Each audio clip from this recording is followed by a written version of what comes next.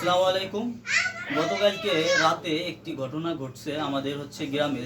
সেটি পরীক্ষার ফলাফল খারাপ করার জন্য বাবা মা তাকে কিছু কথা বলে, এই অভিমানে সে আত্মহত্যা করে।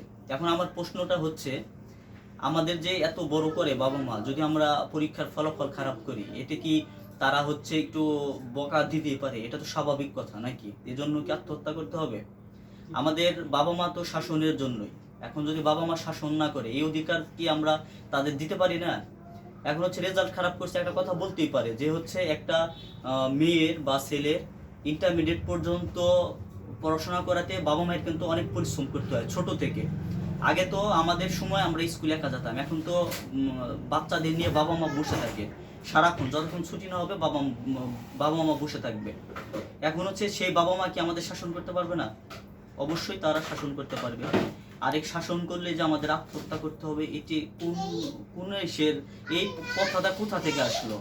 তাহলে তো বাবা মা শাসনও করতে পারবে না, কিছুই করতে পারবে না, যা খুশি তাই করবে ছেলে মেয়ে।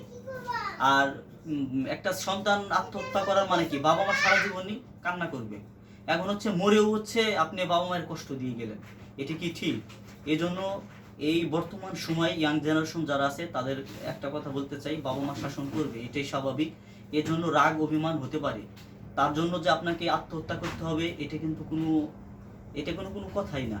এজন্য সবাইকে অনুরোধ করব, সবাই ধৈর্য ধরবেন, বাবা মা একটা কথা বলবে, এটাই স্বাভাবিক। আর বাবা মা শাসনও করবে।